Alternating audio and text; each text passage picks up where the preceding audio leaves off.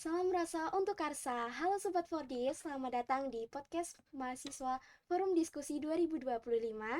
Ngobrol yang penuh ide segar, perspektif baru, dan cerita-cerita menarik seputar dunia kampus. Di episode kali ini, kita akan ngobrolin tema yang sungguh relevan dengan dunia kampus, yaitu bagaimana dosen sebagai seorang pendidik melihat mahasiswa yang berperan sebagai agen perubahan. Saya Maria, saya sudah bersama dengan narasumber kita yang sungguh luar biasa, yaitu Ibu Profesor Dr. Josephine Wuri SEMSI, selaku pendidik di Universitas Sanata Dharma, Prodi Ekonomi Fakultas Ekonomi.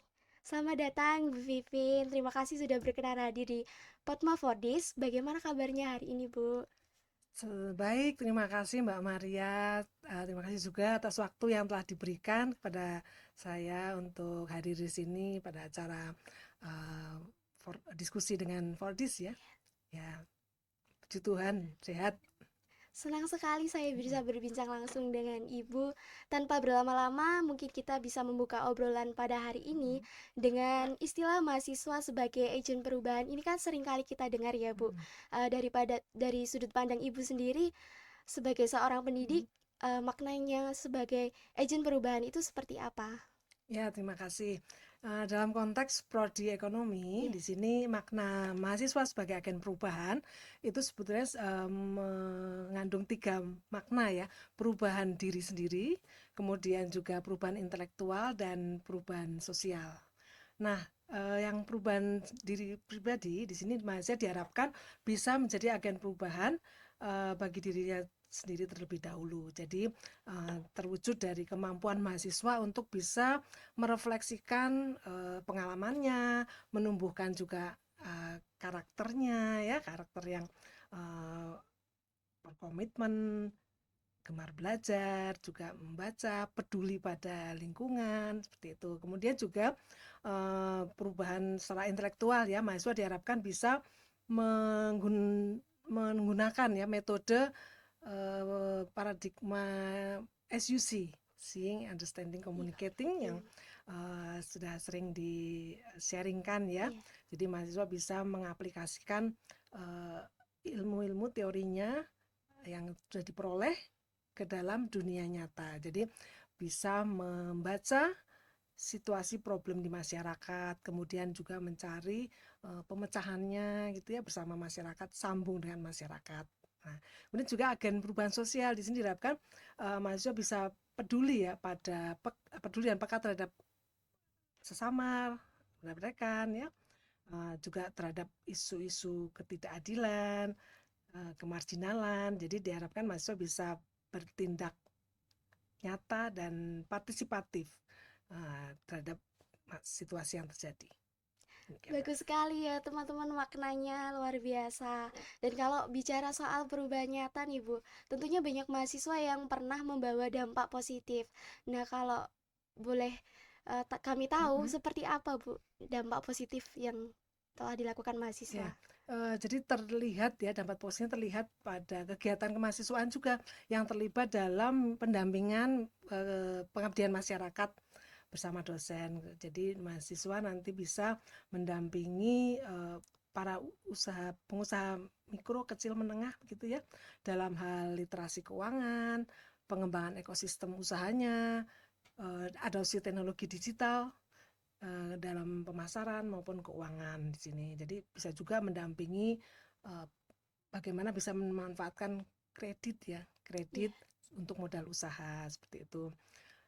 Di sini juga mahasiswa diharapkan bisa berkolaborasi juga ya dengan dosen dalam hal riset itu ya untuk berfokus pada uh, penyelesaian masalah-masalah isu-isu ekonomi yang saat ini masih terus iya. berdinamika ya, terus berubah. Nah, ini itu menjadi peran nyata mahasiswa dalam menjadi agen perubahan masyarakat. Luar biasa sekali teman-teman. Dan kalau kita melihat secara khusus di lingkungan Universitas Sanata Dharma ya Bu, khususnya prodi ekonomi ini, Mm-mm. kita tahu bahwa karakter mahasiswa di sini cukup khas ya Bu.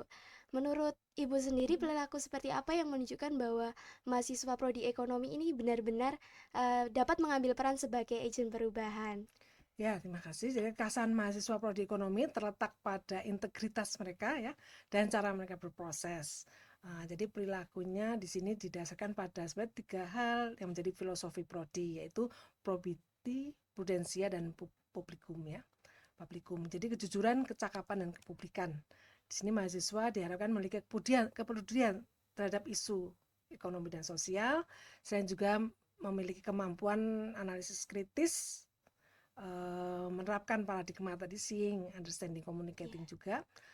Jadi menerapkan ilmu-ilmu ekonomi khususnya kelembagaan yang sudah diperoleh ya, untuk menyelesaikan isu-isu ekonomi pembangunan di masyarakat.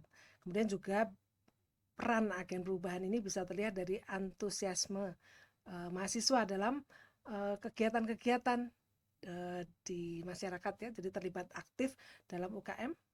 Ya, kemudian juga menjadi penggerak ya, atau keterlibatan dalam berbagai kepanitiaan seperti ini Fordis ini juga ya. Kemudian juga kemarin ada Fordis Competition ya. Seminar juga pernah ya, seminar Fordis sekarang rutin setiap tahun, dan juga acara selebrasi gelar karya ini juga mewujudkan ya keterlibatan mahasiswa, kemampuan dalam menyampaikan ide-ide dan pemecahan masalah mengenai isu-isu di ekonomi baik secara lisan maupun tertulis.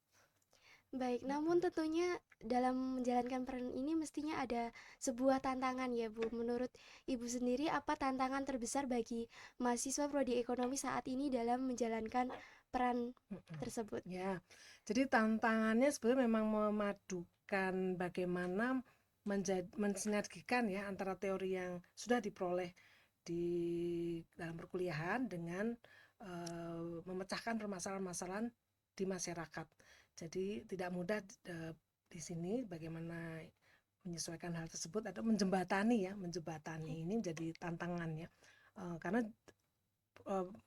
ekonomi ini memang selalu dinamis ya, banyak isu-isu yang muncul yang baru sekarang, juga isu ke masalah lingkungan, climate change ya, dan juga lebih sekarang eranya bagaimana kita juga memanfaatkan digitalisasi. Nah ini itu jadi tantangan ya bagi mahasiswa ya. Selain itu juga mahasiswa harus bisa menyimbangkan antara kemampuan akademik, kegiatan organisasi, kegiatan sosial juga ya, untuk meningkatkan tadi kemampuan berkomunikasi, teamwork ya, kemudian juga berelasi. Nah ini harapannya ya bisa meningkatkan kemampuan mahasiswa dalam hal tersebut sehingga semuanya bisa berjalan secara seimbang. Benar sekali, Prof. Memang mahasiswa prodi ekonomi seringkali dituntut juga untuk memadukan teori yang kompleks antara realita lapangan yang tidak selalu mulus. Jadi kemampuan adaptif, empati, dan keberanian itu berarti sangat penting ya, Bu? Ya benar sekali Mbak Maria. Jadi kemampuan adaptif sini memang mampu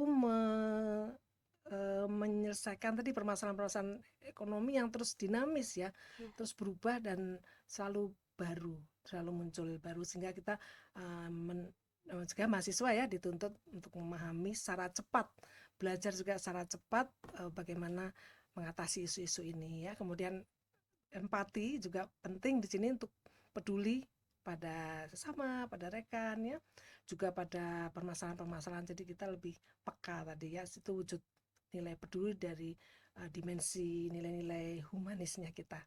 Kemudian juga keberanian ya, di sini memang keberanian intelektual dan moral itu diperlukan dan mahasiswa dalam mengambil sikap, membuat rekomendasi kebijakan yang lebih berpihak pada yang inklusif ya, kemudian juga mengkomunikasikan sosialisasi tersebut kepada publik. Betul sekali, Bu. Dan memang terasa kami mahasiswa prodi ekonomi itu punya culture yang analisis yang kuat. Mahasiswa tidak hanya membaca teori, tapi juga turun langsung melihat realita, seperti yang sudah diajarkan. Kemudian apakah kami mahasiswa zaman sekarang itu dengan zaman perkuliahan waktu Ibu dahulu itu banyak perbedaan?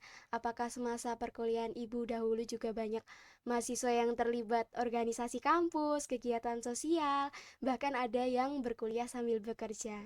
Ya, tentu saja berbeda, tapi di sini intinya memang semangatnya sama ya sebetulnya ya.